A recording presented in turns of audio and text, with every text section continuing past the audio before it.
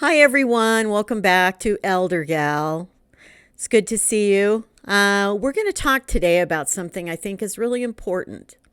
And the reason I think it's so important is because if you look around us in the world today, I'm not specifically pointing fingers here, but there are a number of public figures, shall we say, that use projection, which is the defense mechanism I'm going to talk about today.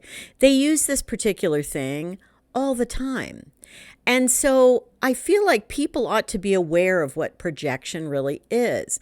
And the fact that, we've always done it. People always do it to some degree. But there are people in the world today that seem to live in it. They live in the defense mechanism called projection. So that's what we're going to talk about today. And I think you'll find it very interesting. I know when I used to teach my class in psychology at the community college, my students really loved playing what I called the defense mechanism game, which is that we would talk about defense mechanisms and then they would go home and see how many of their family members they could catch in a defense mechanism. And then they would report back to the class. It was very entertaining. So projection was always kind of one of my favorites, and I'll tell you later in the video why. I had a really interesting experience with projection, so that's why it's kind of a personal favorite.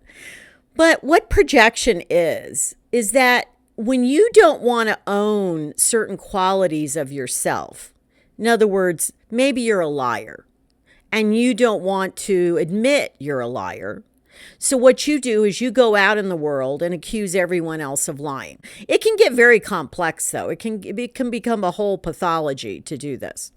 But it's basically when there are things we don't want to own about ourselves or admit about ourselves. And what we do is we project those like you're projecting something on a screen. We project them onto other people. Now, the problem with that is it goes hand in hand with the defense mechanism we call denial, which is that usually when you're projecting, you're also in denial because you're in denial about, what issues you have and what traits you have. In other words, you're not admitting that you do certain things. So those two things often go hand in hand, projection and denial.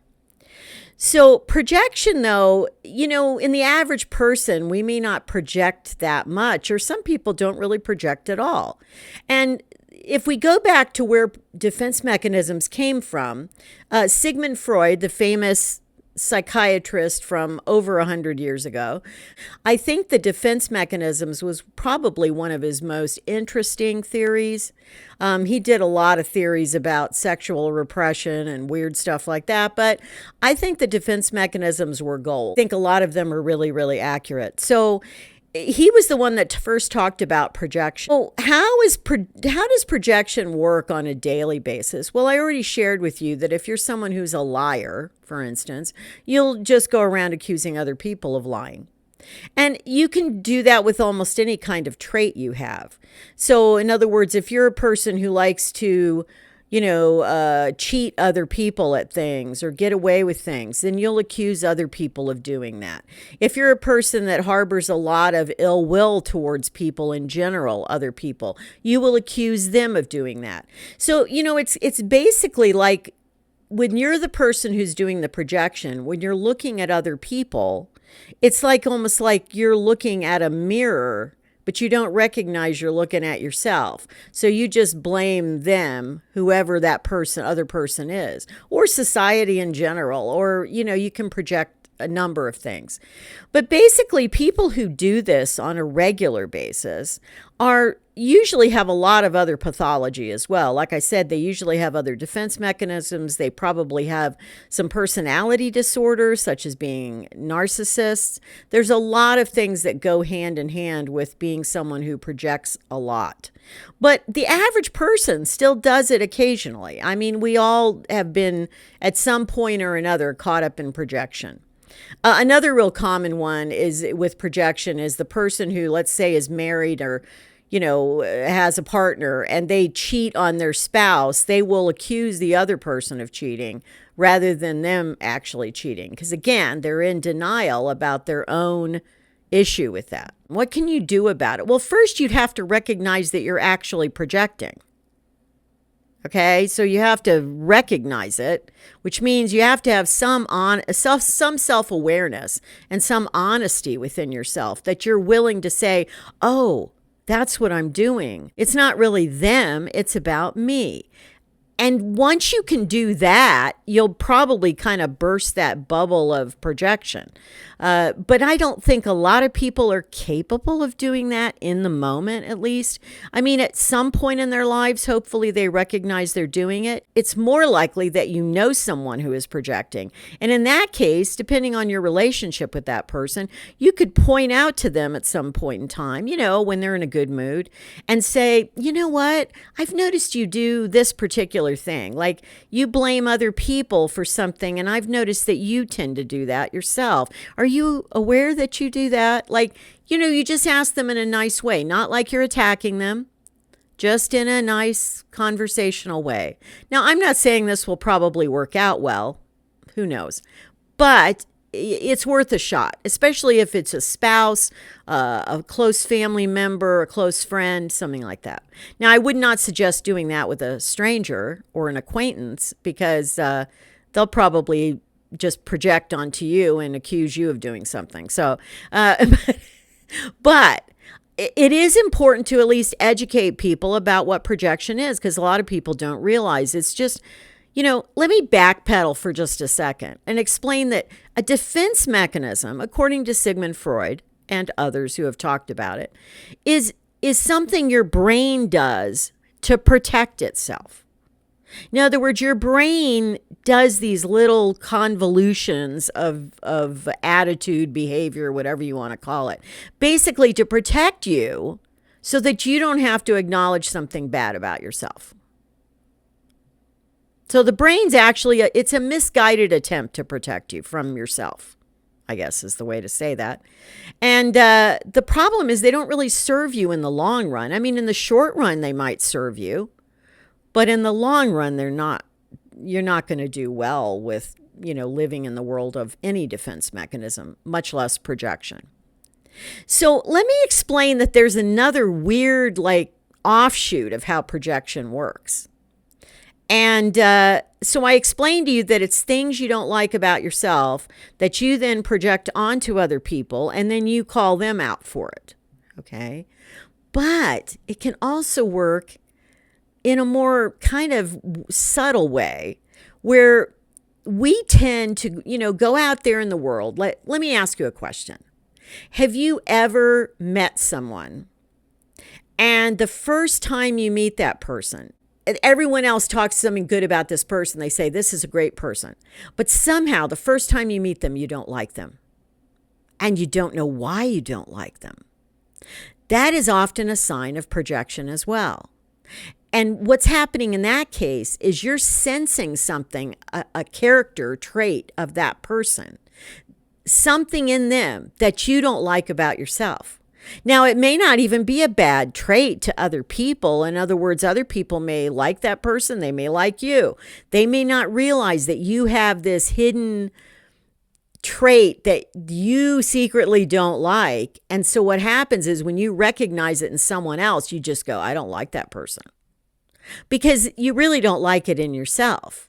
But you're not usually self-aware enough to realize that that's what's going on. So projection can work like that as well. It's very, very interesting. So I'll share with you now how that happened to me one time, like over 30 years ago. And it was a very dramatic example. So normally I don't use a lot of projection. In other words, I'm very self-aware. So I don't usually project something onto someone else that's really about me in that sense. But I have done this other way of having it, which is that I've disliked people and not known why I disliked them. And often it's something about them that reminds me of something about me. So this happened 30 years ago when I was going through this training at this institute in Northern California where I was learning to do hypnotherapy. Yes, I know, hypnotherapy. And so while we were in the training, and this was an intensive training, this was like a 3.5 week program, and we did it on site, and it was a big deal. So there was this teacher. She was actually an assistant teacher. So she'd been somebody that was trained in hypnotherapy, but she wasn't like one of our official instructors. And I don't even remember what her name was at this point. But from day one, when I met her, I didn't like her. I just didn't like her. And I didn't know why. Other people seemed to like her. I was thinking, and I was aware enough to know that that was odd that I didn't like her, but I didn't understand it. And so my reaction to people I don't like is I don't like to get in fights with people, even like verbal fights. And so I will tend to avoid people I don't like because I just don't want to get into any ugliness with them. That's just how I am. So for most of the program, I really tried to just avoid her, but I knew eventually I'd have to be around her because the assistants kind of rotated with different students as far as helping us train and stuff like that. And I knew at some point I was going to get assigned to her and she was going to be my boss for the afternoon or the day or whatever. And I was going to have to deal with that. And oh man, I was dreading it. So about a couple weeks into the program, I got assigned to her. And me and several other students. Well, we were supposed to practice doing induction, which is when you basically induce someone into hypnosis. And we were practicing that. And so we were in this little room that had like a couch where people could lay down on the couch and that sort of thing. And to this day, I don't know what she said to me. At some point, and she and I were around the same age too. At the time, I was in my later 30s, and she was around the same age. So to this day, I don't remember what she said to me. She said something to me, and I lost my you-know-what. Well, I was going to say my SH something. I lost it completely. And I went up to her, and this is so not characteristic of me. This is not something I would normally do. And I go up to her, and I'm in her face like this far from her face. And I go, "Who the hell do you think you are? What, you can't boss me. You can't make me do stuff. I don't know who you are, but I don't like you. I can't stand you." I just went off on her. First of all, you have to understand that one of the reasons I blew up is we'd been in this intensive hypnotherapy program for 2 weeks. We were all like really emotionally vulnerable. I mean, we were like on the edge anyway. So for me to be projecting and then she triggers me in some way, I just went crazy. And so I'm yelling at her, and to her credit, she must have understood what was going on. I think she understood that it was projection, that it wasn't anything about her. So she just stood there, no reaction at all, and let me just yell at her for like 2 minutes. And then she kind of stopped, then I stopped and I'm looking at her and she's looking at me and she said, "I think it'd be good if we did a hypnotherapy session now." And at that point, I just started crying. And then she hugged me. And I just in that moment realized, without like intellectualizing it, I didn't really know, oh, that's projection, but I knew it wasn't her. It wasn't about her. It was about me. And so she had the other students induce me into hypnotherapy, and we did an exploration as to what was going on. And what it was is she was a person very much like me in the sense that she was a dominant kind of personality, a very strong person in her personality. And for some reason, I had not embraced that enough about myself at that point. I had not really taken ownership of the fact that it's okay to be a strong person. In other words, a dominant person, a leader, really. I've always been called a leader all my life. And I think part of me never really owned it. I do now, but I didn't. This was almost, 30 years ago.